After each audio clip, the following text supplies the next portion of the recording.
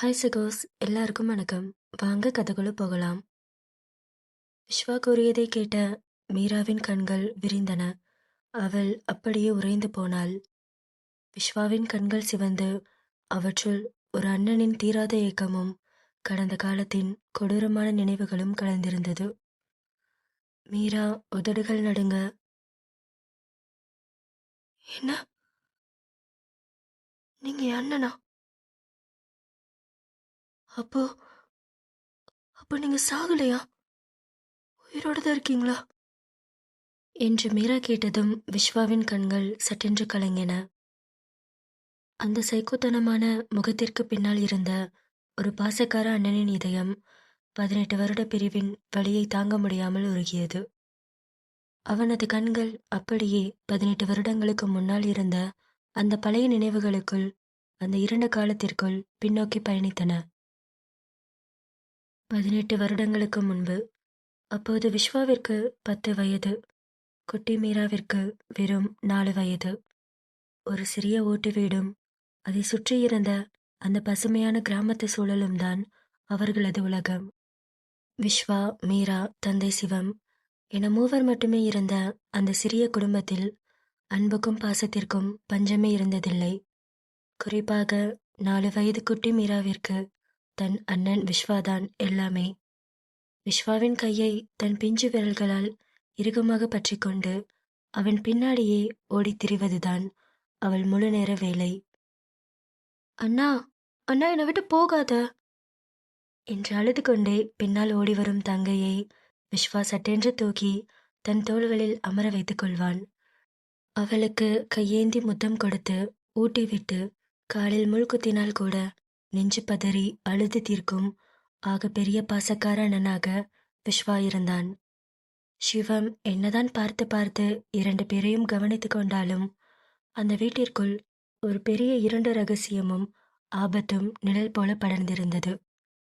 சிவம் தன் பிள்ளைகளிடம் ஒரு பச்சிளம் குழந்தையைப் போல எல்லையற்ற பாசத்தை கொட்டும் ஒரு உன்னதமான தந்தையாகத்தான் நடந்து கொண்டார். பிள்ளைகள் கேட்கும் விளையாட்டுப் பொருட்கள், இனிப்புகள் என அனைத்தையும் அள்ளி கொண்டு வந்து கொடுப்பார். ஆனால் சிவம் வெளியே செய்யும் வேலைகள் 10 வயது விஸ்வாவிற்கு அடியோடு பிடிக்கவில்லை. சிவம் அப்போது அந்த வட்டாரத்தில் இருந்த ஒரு கொடூரமான லோக்கல் ரவுடியிடம் முதன்மை அடியாளாக வேலை பார்த்து வந்தார். பணம், பகை, நிலத்தகராறு என எதற்கெடுத்தாலும் சிவம் கத்தியை தூக்குவார். அந்த ஏரியாவில் சிவம் என்ற பெயரை சொன்னாலே பலரும் நடுங்குவார்கள். தனது முதலாளிக்காக சிவம் பல கொலைகளை சத்தமில்லாமல் செய்து முடித்திருந்தார்.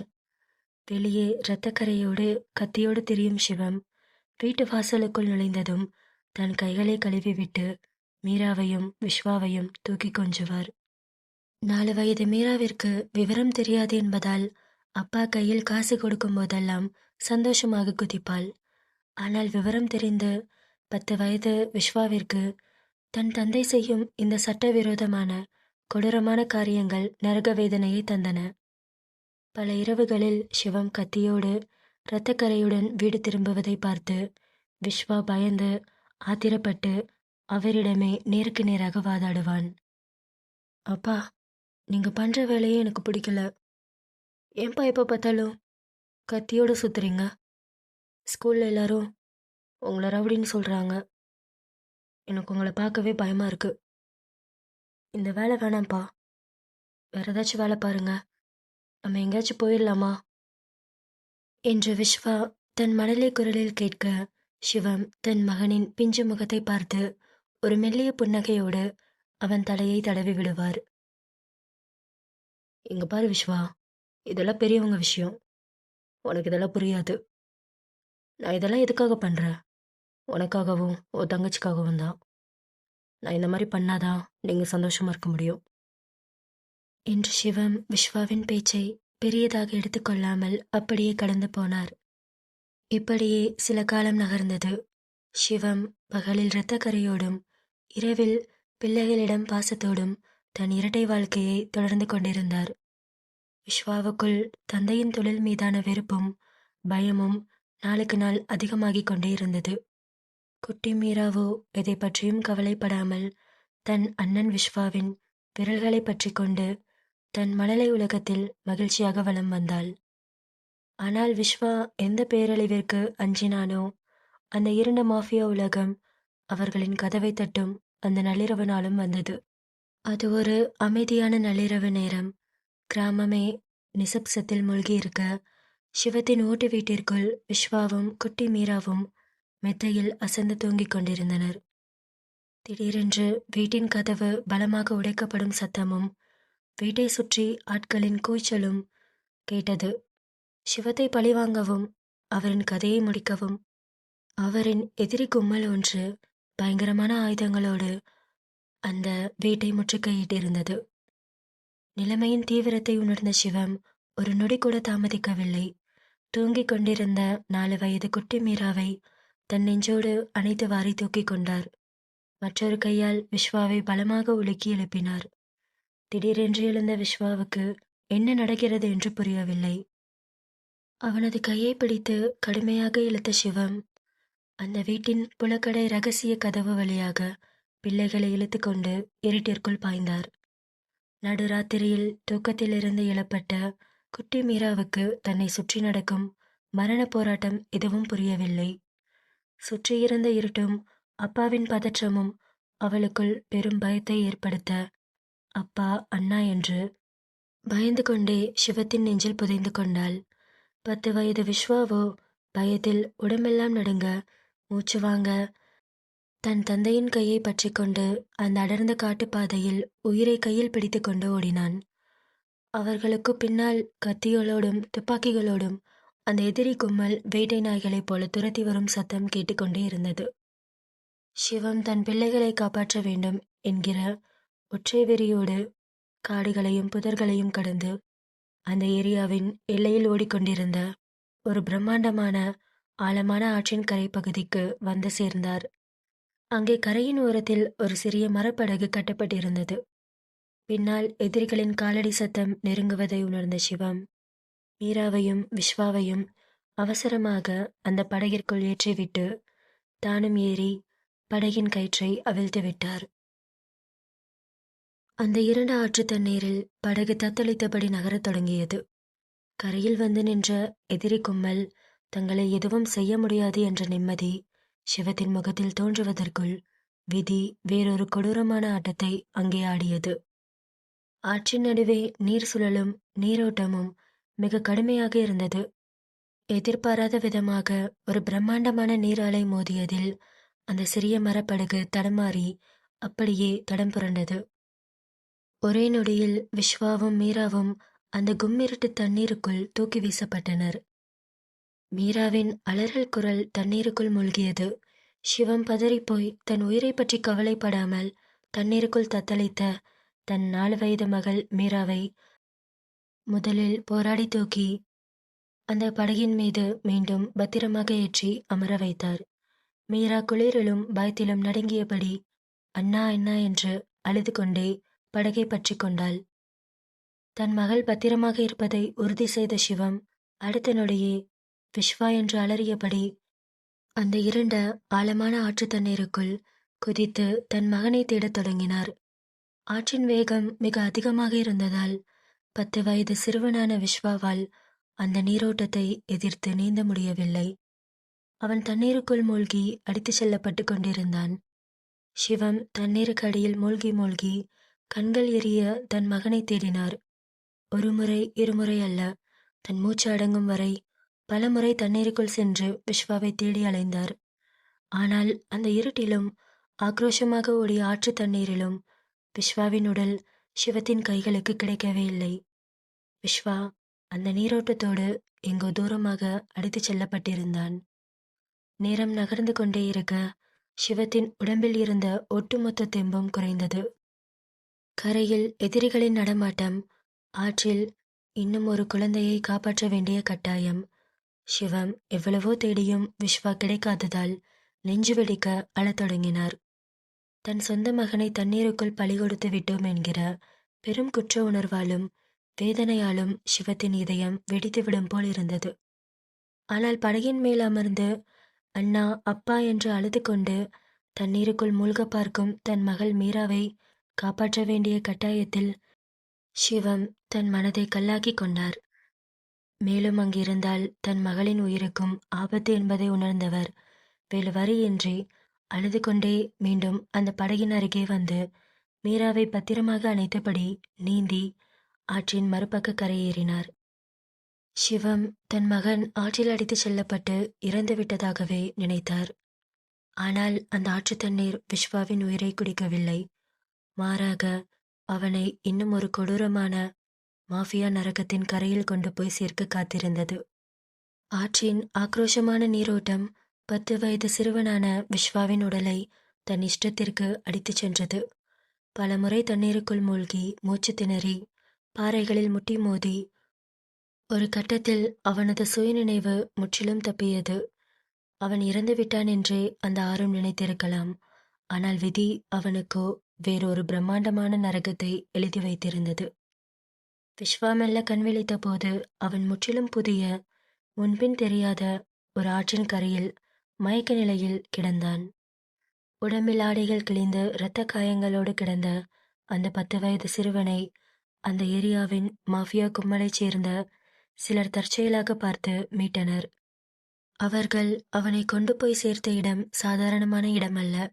அதுதான் இந்த நிழல் உலகத்தின் நுழைவாயில். அங்கிருந்துதான் விஸ்வாவின் ஒட்டுமொத்த வாழ்க்கையும் தலைகீழாக மாறியது. பசியும் அனாதை என்கிற முத்திரையும் பிழைத்து கொள்ள வேண்டும் என்ற வெறியும் அவனை ஒரு கில்லராக மாற்றின. கத்தியை தூக்கவும் துப்பாக்கியை கையாளவும் பழகிய விஸ்வா தன் புத்திசாலித்தனத்தாலும் இரக்கமற்ற குணத்தாலும் மாஃபியா உலகத்தின் படிக்கட்டுகளில் விறுவிறுவென்று மேலேறினான். பல வருட போராட்டத்திற்கு பிறகு இன்று ஒட்டுமொத்த நிழல் உலகமே நடுங்கும் அளவுக்கு ஆதியின் வலது கரமாக ஒரு பிரம்மாண்டமான மாஃபியா அதிபராகவே அவன் உருவெடுத்து நின்றான். இத்தனை வருடங்களாக தன் அண்ணன் பட்ட துயரங்களையும் அவன் கடந்து வந்த இரத்த பாதையையும் விஸ்வாவின் வாயாலே கேட்ட மீராவுக்கு நெஞ்சு வெடிக்கும் போலானது. அவளது ஒட்டுமொத்த உடம்பும் நடுங்கியது. மீராவுக்கு தன் அண்ணன் உயிரோடு தான் இருக்கிறான், தன் கண் முன்னால் தான் நிற்கிறான் என்கிற அளவற்ற சந்தோஷம். அந்த சந்தோஷத்தில் அவள் தொண்டையிலிருந்து வார்த்தைகள் வர மறுத்தன. அவளால் எதுவும் பேச முடியாமல் தன் அண்ணனின் முகத்தை பார்த்து அழுது கொண்டே இருந்தாள். அவளது கண்ணீர் அந்த நள்ளிரவு பங்களாவின் தரையை நனைத்து கொண்டே இருந்தது. மாஃபியா சாம்ராஜ்யத்தின் ரகசியம் முழுமையாக உடைந்தது. விஸ்வா தன் கண்களில் வழிந்த கண்ணீரை கைகளால் மெதுவாக துடைத்து கொண்டான். அவனது முகத்தில் இருந்த கொடூரம் மறைந்து தன் தங்கைக்காக ஏங்கும் ஒரு சாதாரண அண்ணனாக அவன் காட்சியளித்தான். அவன் தன் குரலை நிதானப்படுத்தி நெஞ்சில் தேங்கி கிடந்த அந்த 18 வருட ஏக பெருமூச்சோடு மீராவை பார்த்து பேசத் தொடங்கினான். இங்க பாரு, இப்பயே அழுகிற? ஏ மீரா, அழாத. உன் அண்ணா உன்னை விட்டு எங்க போயிட போற? உன்னை அழாதன்னு சொல்லிட்டு எனக்கே அழுக வருது. ஏன் தெரியல. உங்களை விட்டு பிரிஞ்சு போனதுக்கப்புறம் ஒரு நாளும் உங்களை தேடுவேன். நீயும் அப்பாவும் எங்க இருக்கீங்கன்னு நிறைய பேர்கிட்ட விசாரிச்சேன். ஆனா உங்களை பத்தி எந்த தகவலும் எனக்கு சரியா கிடைக்கல. ரொம்ப வருஷமா உன்னையும் அப்பாவையும் எப்படியாவது கண்டுபிடிக்கணும்னு எவ்வளவோ ட்ரை பண்ணேன். ஆனா முடியல. ஆனா விதி, ரொம்ப வருஷம் கழிச்சு ஒரு நாள் திடீர்னு அப்பாவையும் உன்னையும் நான் பார்த்தேன். என்னோட மேன்ஷன்ல. அப்பா அந்த மேன்ஷன் வாசல்ல வந்து நின்னாரு. எங்க ஏதாச்சும் வேலை கிடைக்குமான்னு கேட்டாரு. அவரை முகத்தை பார்த்ததும் எவ்வளோ சந்தோஷமா இருந்தது தெரியுமா? ஓடி போய் அவரை கட்டி பிடிச்சி அழணும்னு தோணுச்சு. அங்க அப்பாவை மட்டும் இல்லை, உன்னையும் நான் பார்த்தேன். ரொம்ப குட்டியா, அழகா, ஒரு ஸ்கூல் யூனிஃபார்ம் போட்டுட்டு ரெட்டை ஜடை போட்டுக்கிட்டு அவர் சட்டையை பிடிச்சுக்கிட்டு அப்பா பின்னாடி நின்று என்னை பயத்தோடு எட்டி பார்த்தேன். நான் 4 வயசுல பார்த்தேன் என் மீராவா இதுன்னு என்னால் நம்பவே முடியல. அங்கேயே கத்தணும்னு தோணுச்சு. நான் தான் உங்க பையன், நான் தான் உன்னோட அண்ணான்னு. ஆனா நான் பிறந்த சுச்சுவேஷன், என்னை சுற்றி இருந்த ஆபத்து, அதெல்லாம் என்னை தடுத்துருச்சு. ஒருவேளை நீங்க என் அப்பா, என் தங்கச்சின்னு யாருக்காவது தெரிஞ்சிருச்சுன்னா, என்னை சுற்றி இருக்கிற ஆபத்து உங்களை அடிச்சிருமோன்னு நான் ரொம்ப பயந்தேன். அதனால தான் இந்த உண்மையை அப்போ நான் சொல்லவே இல்லை. உன்னையும் அப்பாவையும் மிஸ் பண்ணக்கூடாதுன்னு அப்பாவுக்கு அங்கேயே ஒரு வேலை போட்டு கொடுத்தேன். ஆனால் அப்போ எனக்கு தெரில மீரா, அப்போ அந்த சித்தார்த் அனுப்பி தான் என்கிட்ட வேலை கேட்டு வர மாதிரி நடிச்சாருன்னு எனக்கு தெரியல. அப்பாவை அவ்வளோ நம்பி இந்த மேன்ஷனுக்குள்ளே விட்டேன். எல்லாம் தலைகீழாக மாறிடுச்சு. அன்னைக்கு இருந்து உன்னை நான் எப்போவுமே வாட்ச் பண்ணுவேன்.